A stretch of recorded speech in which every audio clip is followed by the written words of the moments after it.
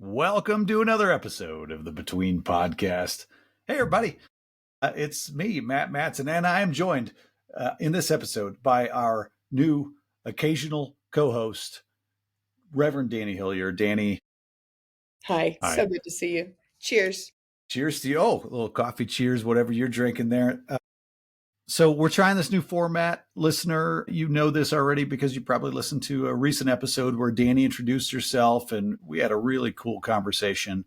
On the last episode, you were on, Dani. And so we're trying this that is not always a new guest and talking about their book and whatever thing that they're doing. I want this, Dani, you and I, to be a demonstration of an ongoing sacred conversation. Maybe a demonstration of the sacredness of friendship, of real relationship that you and I have forged over many years now. We've known each other and we've kind of worked together, or we've worked next to each other. You were, you ran the youth ministry that my kids were a part of. And so that's how we first really got to know each other deeply. My wife knew you well before that. But I'm grateful for our friendship. And I really find it to be something that you've continued to invest in, which I'm deeply appreciative of. And I've tried to continually invest in and build and form and create opportunities for us to do cool things together and talk about cool stuff that is beyond surface level and that is sometimes about career, sometimes about, the faith world, but other times just about the struggle of life. And today we talk about rest. Dani, rest. You and I were talking about this beforehand. I'm a little uncomfortable with this topic of rest. Are you rested? When's the last time you rested, Dani? Because I think rest has something to do with what we're trying to do here in between, and I'm not good at it. And I'm curious if you're rested. Yeah, last time I rested was probably 2016. I was reflecting on that as we were preparing for the podcast, and it was because... Wait, you're serious? That's your real answer? That's my real answer of when was the last time my soul felt at rest? And the first memory that came to mind was 2016. And I was like, that's pathetic. It was because it was right after I graduated with my undergraduate degree. My cousin, who was working for Google at the time, she calls me and she's like, hey, I've got this work trip in New Zealand. Do you want to tag along? I had no obligations for work, for school, no responsibility. Just had my carry-on, a backpack. We flew 16 hours in a flight and spent 2 weeks in New Zealand just frolicking and playing and resting, eating good food and hiking and immersing ourselves fully in creation. Now, she had work obligations, so her take on that may not have been as restful as mine, but that was my take on it. Yeah. And I mean, I've had moments of that in the last decade. You're like, wow, it's been a decade since you've done. But that was the last time that I truly feel like I was untangled from productivity. I was untangled from the need to keep up with anybody. And I simply just got to take a rest, take a breath, be proud of my accomplishments, soak in the hard work of the last, 3.5, 4 years that I did in school, and dream, when you're that young, little bit naive, but energetic dream of life.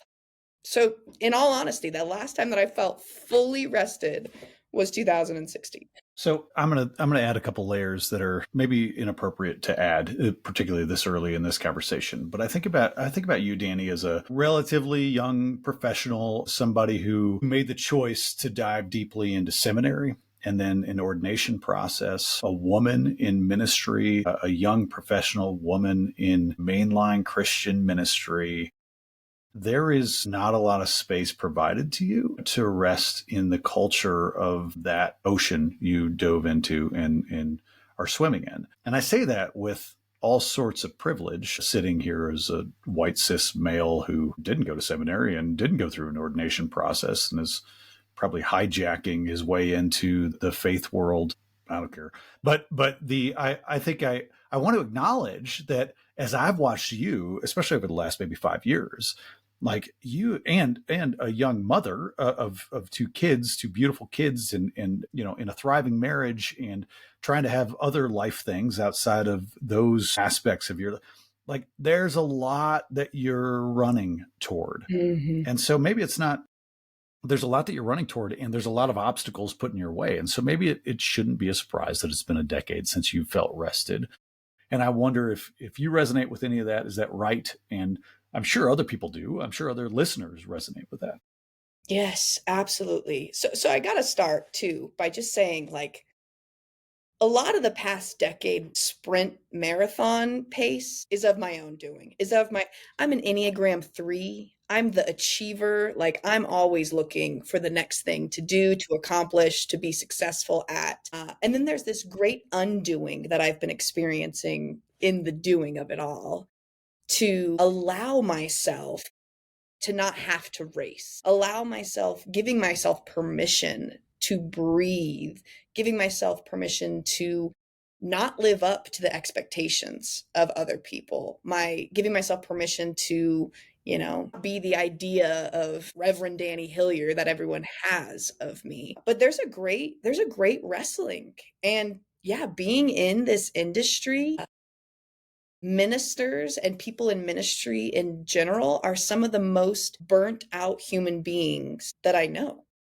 And we're serving God, and we're serving a God who calls us to rest in God, to be in creation, to be co-creators. And yet we have this deep, like, exhaustion, just a constant exhaustion. And a lot of that is, if I'm just processing out loud right now, it's because people are exhausting. People are exhausted. And so trying to care for other people while also trying to care for yourself, it's just like a cycle of Yeah. exhaustion that Yeah. that I can't, that I'm still learning. I'm new into ministry. I was recently ordained like a year ago, and ministry, and as a minister, as a woman minister, feels even more exhausting than seminary, because there's that constant, what I call the stained glass ceiling right above my head, that I'm constantly trying to push up against, while also reminding myself that my worth is not in pushing through that man-made stained glass ceiling. I'm so struck by this, the idea of rest as such a desperate longing that so many people have. And like, it's obvious, if you asked people, what's one thing I could give you this week? If I had a magic wand, most of them would say, like, just 10 minutes of just peace and quiet. You know what I mean? Like I think a lot of adults, particularly parents, particularly people rushing who are working parents, and trying to meet all of the expectations of all of the people around them, and caring for their older aging parents, and caring for, like, everybody's just racing. What's one thing I could give you? 10 minutes of just be quiet, just quiet. Just Don't make me make a decision. Just yeah. Why silent. shouldn't church do that? I mean, Dani, like, isn't that, do you know that, remember back in December of 2024, you and I led a sacred gathering for our Between community. And Yes. before we led that, I put out like a little survey on social media or something. I forget where I asked it, but I asked a question, which is, if you, stranger on the internet, could redesign a worship service and put anything you wanted into it, what would you want in it? The most common response I got was space for contemplation, just space for me to be quietly with God. That to me is compelling, especially as we think about, like, how could we actually serve each other right now? Like, what do people really need? What should churches or faith spaces be doing to actually meet the real needs of real people today? Maybe that's the biggest thing. Quiet space where I don't have to make a decision for an hour or 10 minutes for that matter. Mm-hmm. That is, what a profound discovery, that's what people want.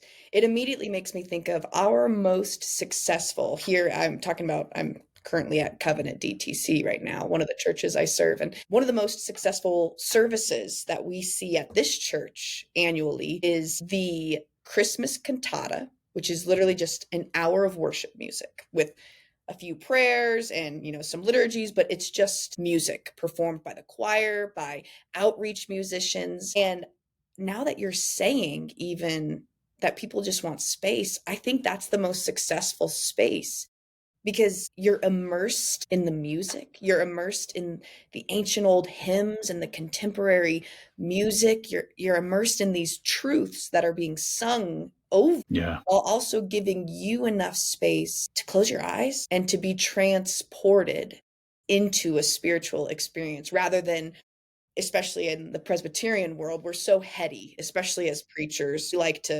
We like to wow people with our discoveries of the ancient old text. And so the sermons can often be so heady that people feel like they have to pay attention. And so offering them space where it's just like, hey, come and sit, come and soak in this music, tune into the lyrics, tune out, listen to the drums, to the guitar, like that sounds like a service I want to go to. That I think I shared this with you, but I don't know, a month ago or so, I preached at one of the churches that you serve at Grace Presbyterian. I was invited to preach, and I think you were at, I forget which one you were there with me at, but Was this the snorkel one? yeah, the snorkeling I one. was Yeah, you were there. there. So any listener, you can go to our Substack, the Between Substack, and you can scroll back and you can find a written version of the sermon about snorkeling and about these giant manta rays. And I thought it was a pretty good sermon. It But was. I had a person come up to me afterwards at church on their way out the door. You and I are sitting there greeting people and shaking hands and telling people to have a really good week. And a woman came up to me and said, I want you to know that's the first time I've ever heard a preacher tell me it's okay to relax. Like the heart of that message was relax into your God-given reality or whatever. I don't remember what the point was, but she said it was the first time ever a preacher had told her it was okay to relax. And I thought that was really powerful. And I don't know, maybe Dani, I told you beforehand, I don't resonate with this idea of rest as a key part of my identity or something. I think about it like, oh, I got to rest more. I want to have an identity around being a well-rested person. I've got all sorts of problems that there is a therapy session or 10 away from me figuring out what they are. But like that, I do resonate with the idea of we each need to relax into our identity. Relax, stop fighting against stop fighting against the tide of what we think we're supposed to do, and relax into what we're supposed to be and what we were made to be. And so I do resonate with that. Hmm. So I'm not going to therapize you right now in front of everybody here, but I am curious. I answered the question of when I last felt rested. When was the last time you felt rested? Yeah, I think, isn't that such a layered question, right? Like there's a reality of me as an aging body that sleep is harder to come by.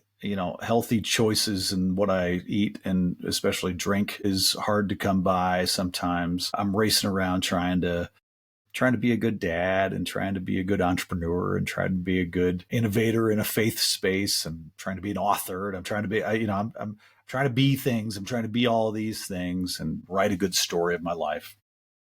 And so all those things do get in the way of rest. And I think I'm okay at it. Like occasionally I think I'm okay at it. So our family will sometimes, my favorite example of me being rested is our family sometimes will travel down to New Mexico. There's a little town down there called Taos, New Mexico. This town, Dani, and people around this Southwest area know that town.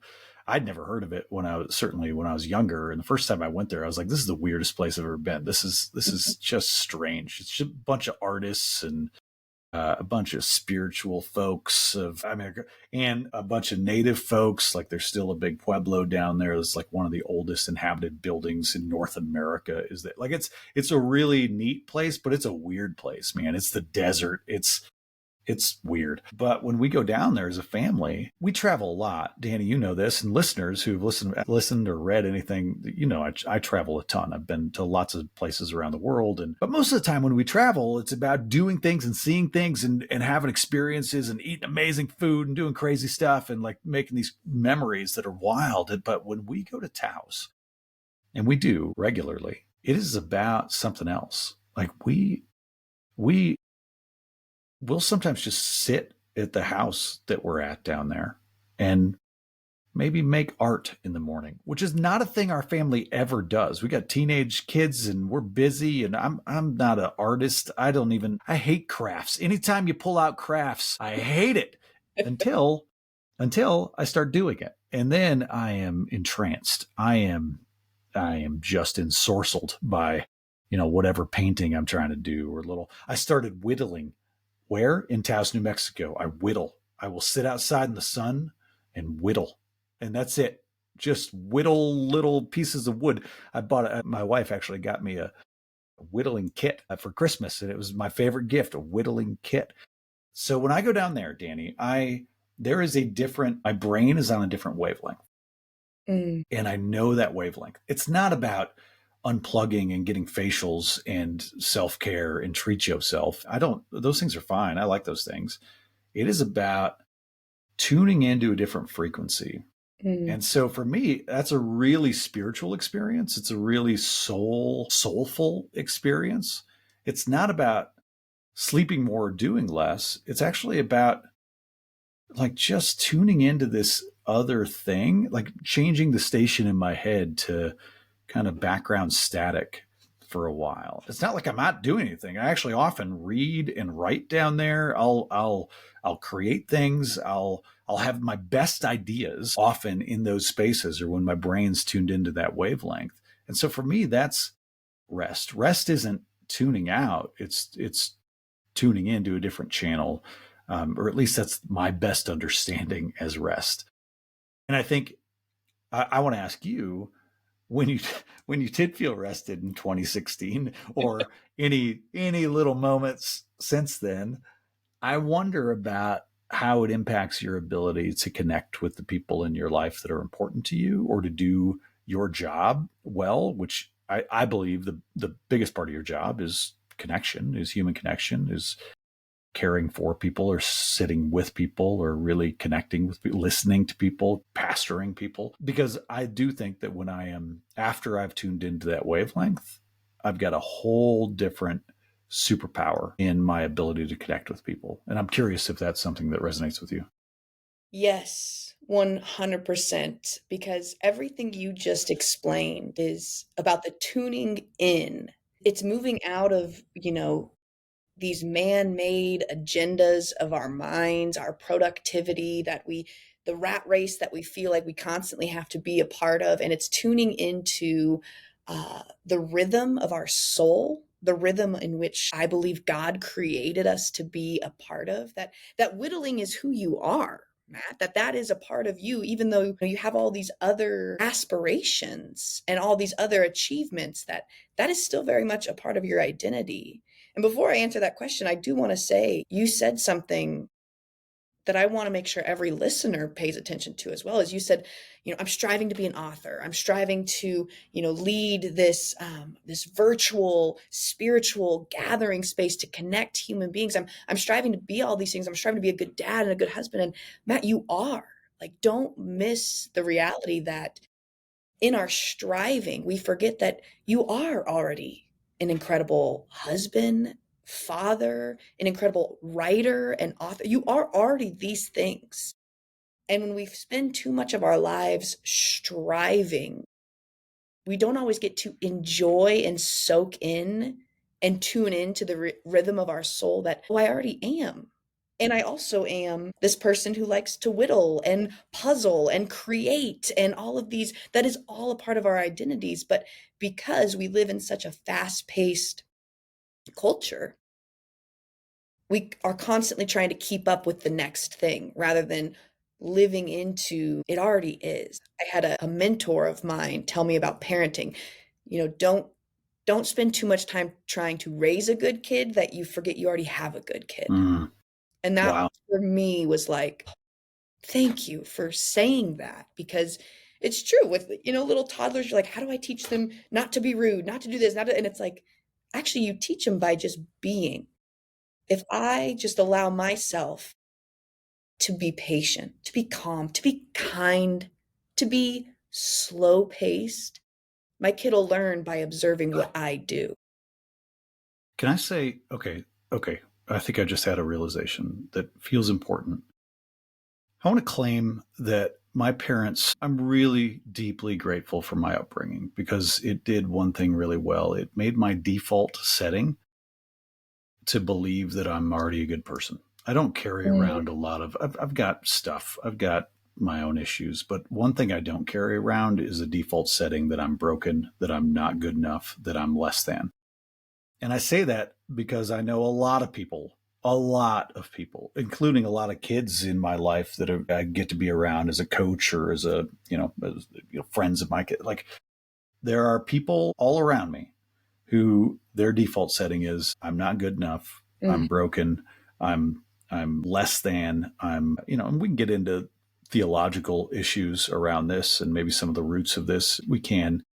That to me is not as important as naming just number one. There's a lot of people with that default setting. Mhm. And if your default setting is I'm not good enough, then of course it's exhausting, always exhausting trying to fill that hole.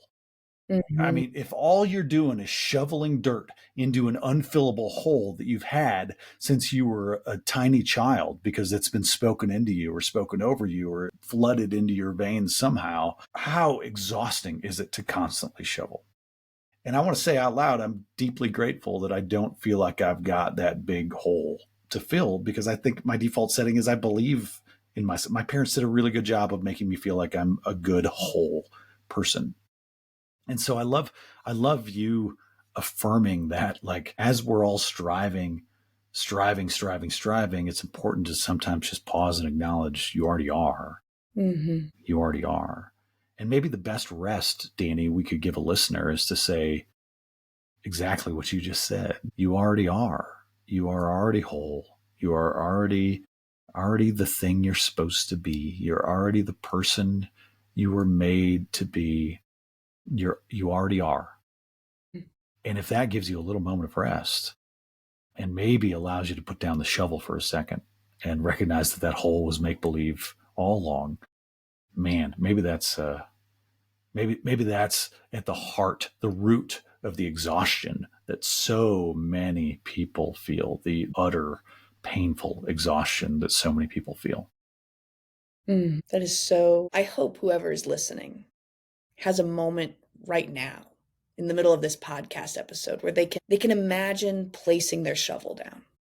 They can imagine themselves being embraced, being held, imagine themselves as good, especially for those who have been striving to be good because it was instilled in them that they were never good from the start. I really hope that's something someone can take from this podcast today. Dani, I'm curious about, well, okay, let me say this. We are entering a season of Lent. For many people, celebrate the season of Lent, the 40 days before Easter in the traditional Christian calendar, and that 40 days being at least partially symbolic of the story of Jesus's 40 days in the wilderness and this idea of escaping or making a choice to leave for a little while the normal pace and frequency of the busyness of life all around you and entering into a period of reflection or sacrifice or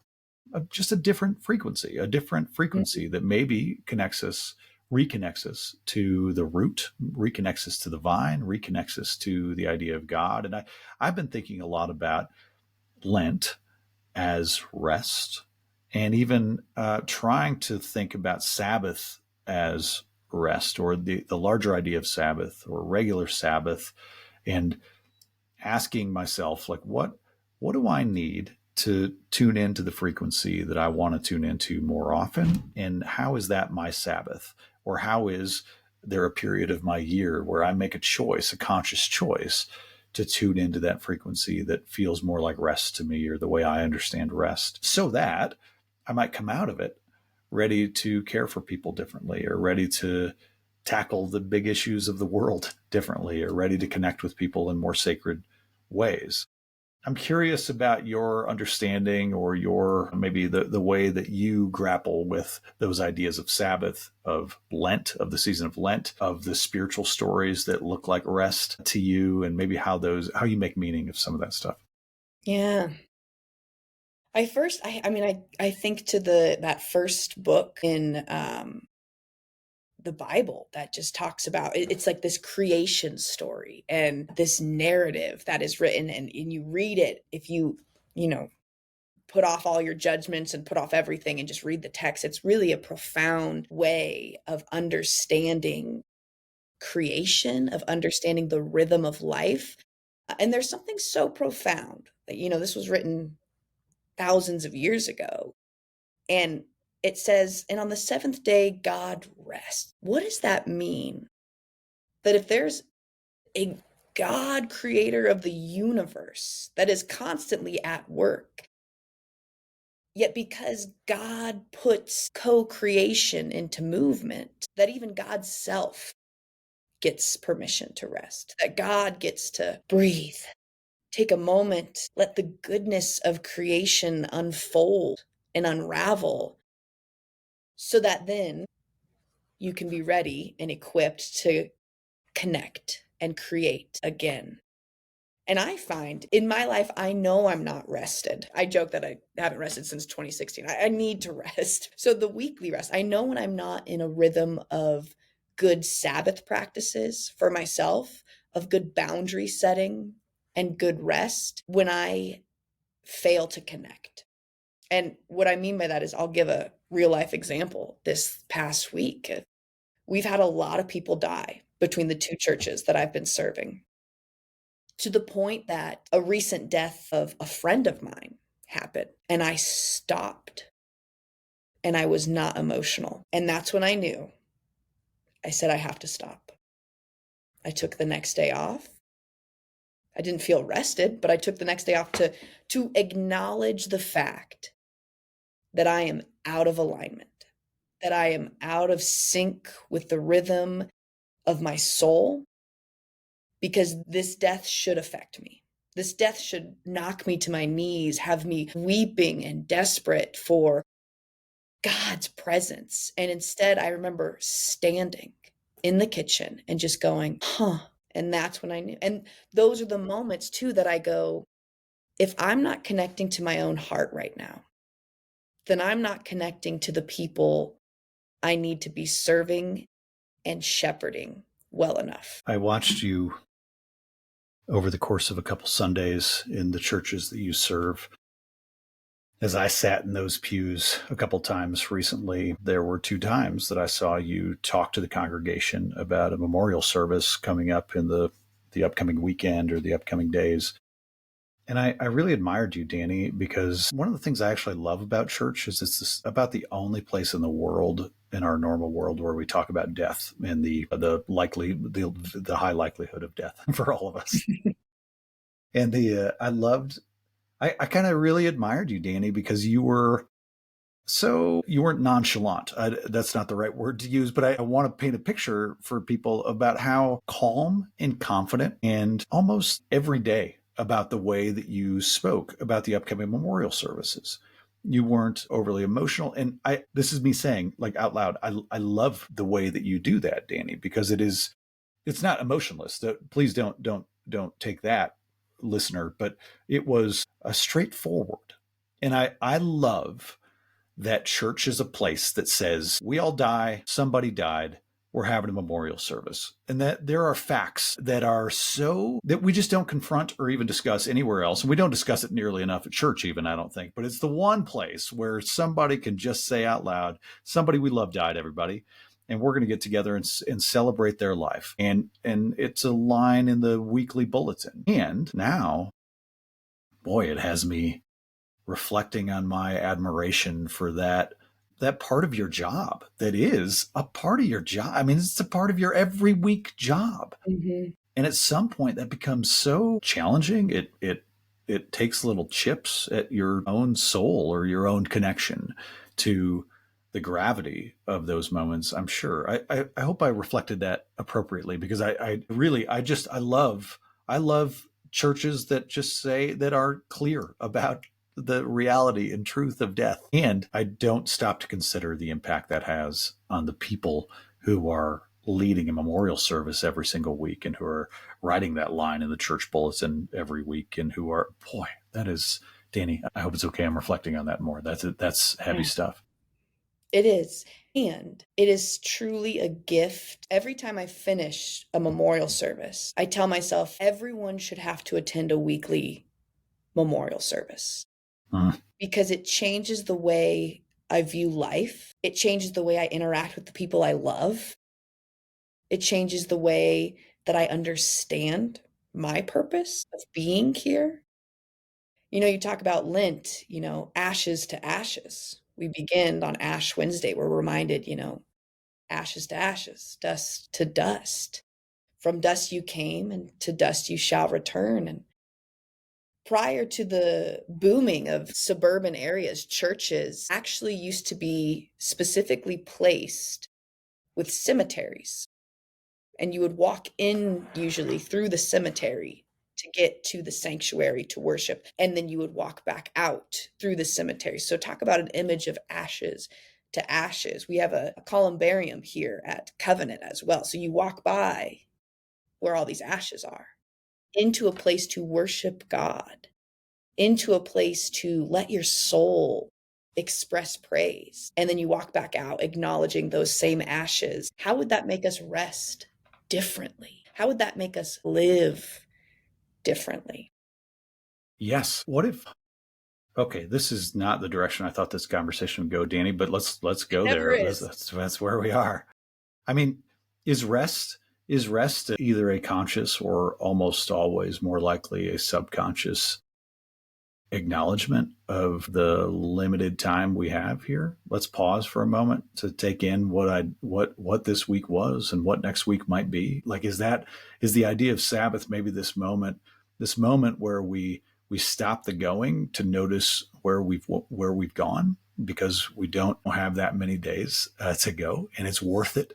It's worth it once every 7 days to pause and notice and see that there has been living going on. Because if we don't stop, then we end up in the grave having never noticed. Like, is maybe rest a good solid reason for rest? Because we, have so few opportunities to notice how much living we've been doing.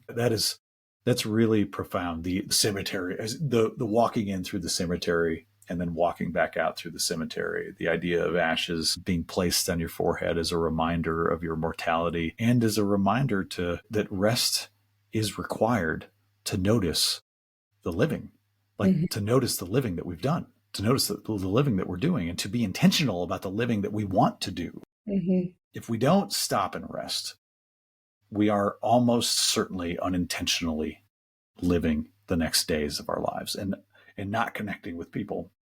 Dani, you shared like how you noticed recently that you're not rested because of that lack of connection with what was really happening in the life around you. I know my unrested reaction is snapping at people. My anger, which seemed like a guy who doesn't have much anger until I'm unrested and it bubbles to the surface, and I just snap at people for no good reason at all. I mean, in little snippy ways, and then sometimes like little explosive ways where I don't know where it came from in the moment, but upon reflection, I always know where it came from. Yes. I'm disconnected from the frequency That is, for me, that is my spiritual frequency. That's me connecting to God, me connected to the vine, me connected to the roots. That's what rest gets me tuned back into.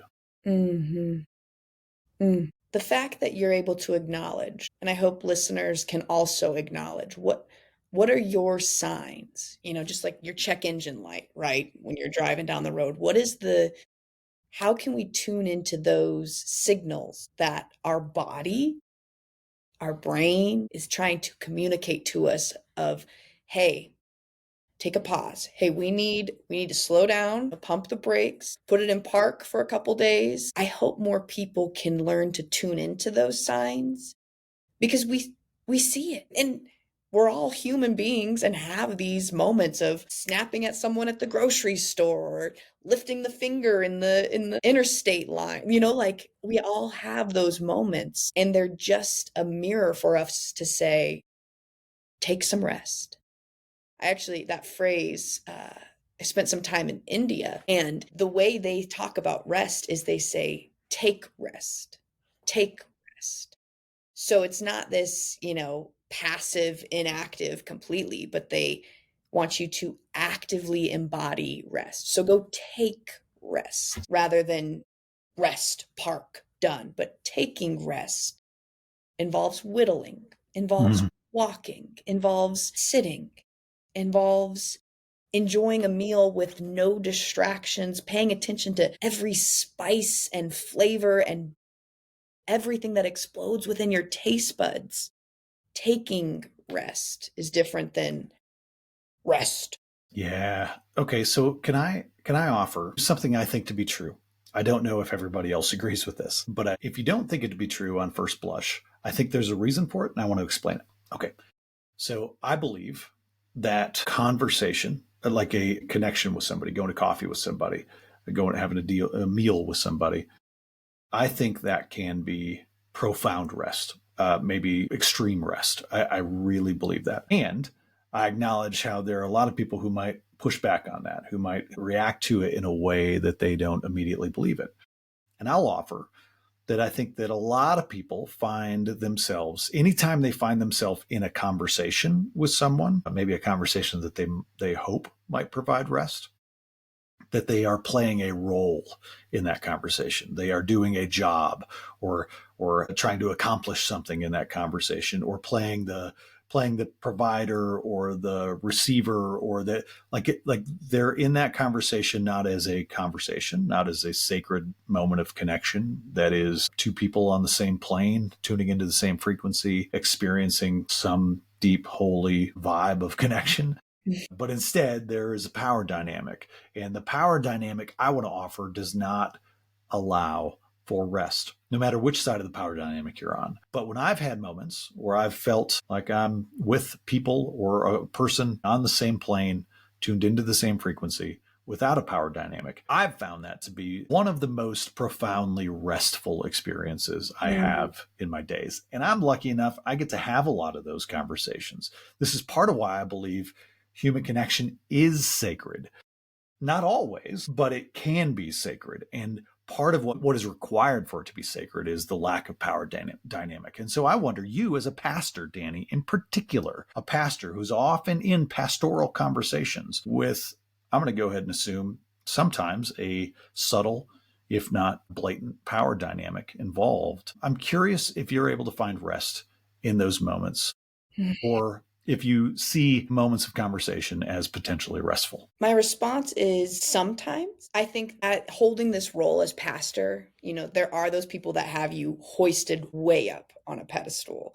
And I'm constantly trying to no, no, no. Like, I am a human being. Like, I am called to this position. Yes, bring me back down, and with the people who acknowledge me as a human being first and a pastor as my calling and my role within the church, those can be really life-giving conversations. But the ones who expect me to always have that, pastoral perfection on, I'm going to fail them. So I'll give an example. A family at the church invited us over to their house for dinner one night, and we brought the whole family, and we're talking, and I forget what was said. And the husband asked me a question about faith. And I joked, and I'm a big joker. I love well-timed jokes. And there was silence. And it was one of those moments. My husband looks across at me like, "Woo," of like, Pastor Dani is not supposed to joke about this kind of stuff. And so that was like the real, like I've said this a million times. I'm new to this. I'm new to being a pastor. I'm newly ordained. So I'm learning that there are some conversations where, as much as I try to level as a human being with people, they're always going to have me on that pedestal. So the conversations when I can look people in the eyes and they see me, just as a human, trying to be a good person, a good civilian, a good wife, those can be life-giving. But the conversations where I'm expected to always have some profound prophetic wisdom, there's that power struggle. I think it might be true. I don't know if this is real or not, but I think it might be true that there are a lot of people who don't have interactions with other people in their life that lack or that are free from power dynamics or expectations, right? And what a great example, Dani, of, I mean, you're at a dinner party, you know what I mean? Like you're, and there's an expectation because you carry this, cloak and this collar and this, label and all the weight of what it means to be a pastor to other people, not to you, to other people, what they expect from you, right? And I think there's a lot of people who their only interactions are with people who they are the boss of or subordinate to at work. Their interactions are even with their friends. Most of their friendship relationships are situated in a power dynamic that looks like I'm actually I'm the provider in this friendship, or I'm the receiver in this friendship. I'm the person who always comes for help. I think a lot of people their interactions are with family members, which brings their own level of power dynamics and expectations and all. I think if we don't have interactions with people, conversations with people that are where we can tune into the same frequency and be on the same level with each other, it's hard. That's exhausting. All of those things where either I have to feel on or I feel like I'm indebted to the person that I'm interacting with. That is exhausting. Those dynamics are exhausting. And so the idea of a moment of human connection being sacred and restful might sound foreign to people, but I want to offer that it is very real and very possible and a very good reason to go out and find more people, especially strangers, especially people you have no power dynamic with, no expectations with, you don't have to define yourself by the labels that you wear, but find other people that you can have community with, because those interactions can be incredibly sacred. I'm not suggesting that you and I can't have a sacred conversation, Dani, because you're a pastor and I'm not. I'm not suggesting I can't have a sacred conversation with my mom because there's a parental dynamic. I'm not suggesting any of that at all. I'm just suggesting that often those dynamics get in the way of an actual connection happening because people are doing a job in those dynamics. Does that make sense?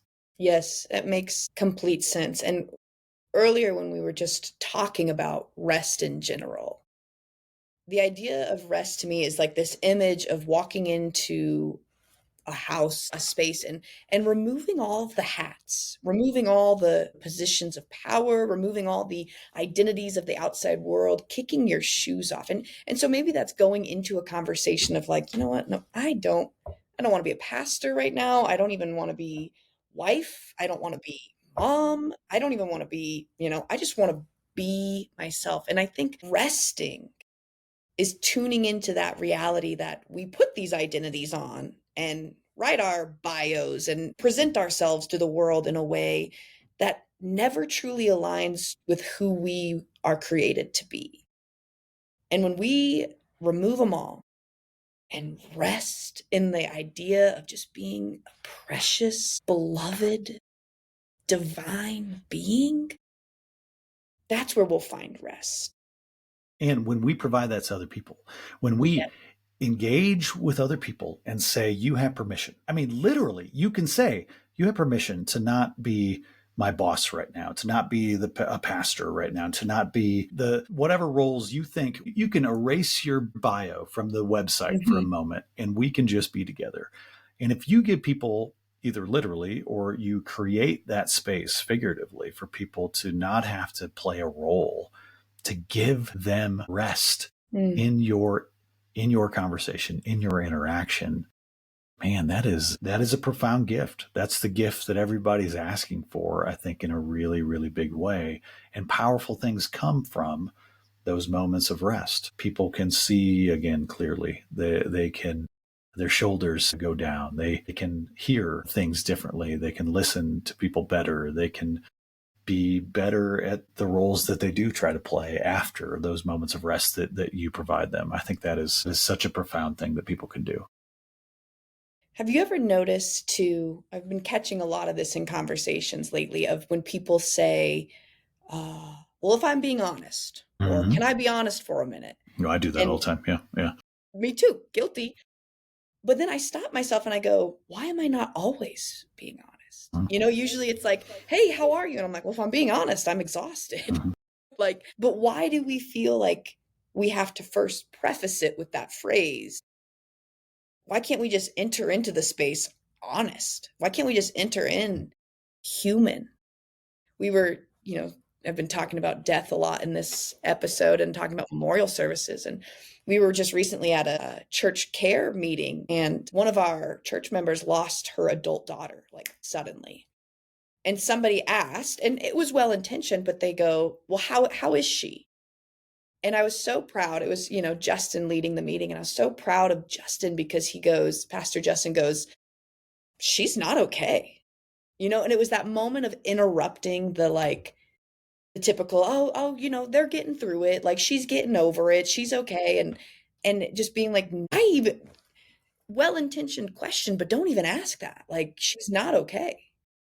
So I hope that we can enter into those spaces, giving people permission, whether we say it or not, of like, hey, be honest, like be yourself. Like if you need to weep, if you need to scream, let's go on a walk. Like, be with me. Don't put the mask on. Man, that's such a, I think this conversation, Dani, taught me, I mean, really revealed to me in real ways about how desperately people just want a little space to rest, a little space to be authentic, a little space to not have to ask if it's okay if they tell the truth in this moment. Yeah. That is, people are desperate for it. People are absolutely desperate for a little moment of rest, a little Sabbath. Maybe this Lent for me, and maybe for some of the folks listening, maybe this season is a time where you are trying to give more people in your life space to rest from all the identities they're striving towards, space to rest from all the things they're trying to accomplish, all the expectations they have on them all around them. Give them 15 minutes to be with you and not have to strive, not have to push forward, but to tune into a different frequency, maybe by connecting with you in a moment that feels sacred, in a moment that feels restful. They'll find a way to connect to their understanding of God in a way that feels restful, in a way that feels life-giving, in a way that feels perspective changing. Dani, I've loved this conversation. We should rest now. We should give each other space to just be. Thanks for this conversation. Thank you. I hope it was as fruitful for those listening as it was for me to process and reflect on life and the importance of rest. Life, death, and the importance of rest. I think that's what I'm going to title this podcast, Dani. Please do. Okay. I just came up with the title. That's good. That's great. Hey, listener, thanks for listening. Thanks for tuning in. I appreciate you very much. I hope you feel a little bit restful after listening to this episode. If you want to check out some more Between stuff, of course, you're invited to be a part of our Between community. If you're the kind of person who just wants to take in content, you just want to listen to maybe some of our weekly sermons or read some of our posts on Substack or check out some of our stuff on social media, that is totally cool with us. I mean, not like it's fine. I mean, it's really cool with us. You can just check out our stuff when it's convenient for you. That's totally okay. If you want something more, you want community, you want to find other people who dig this stuff, who believe that the space between us is sacred, my strong recommendation is to start a between group. You can go to our website and figure out how to do that. But a between group is just you and like one other person, or you and 10 other people, or you and whoever getting together and talking about the intersection of your collective faiths and human connection and how we can create more moments of human connection in the world. There's all sorts of guidance on our website about how to start, lead, organize, manage, and empower other people to be a part of a between group. And maybe you want even more than that. Maybe you want to help this between thing do cool stuff for lots of other people. Maybe you want to be a co-creator like Dani is and like I am, and like about a couple dozen other people are co-creators and are helping to make between a reality every day behind the scenes. You're invited. This is the kind of faith community where we got a wide open door and we could use some help. So if you're interested in any of those things, find any of it at between.church. And man, thanks for tuning into the podcast. Dani, thanks again for being here as a co-host. Absolutely. Bye, everybody. Have a good week. Bye. Bye. Bye.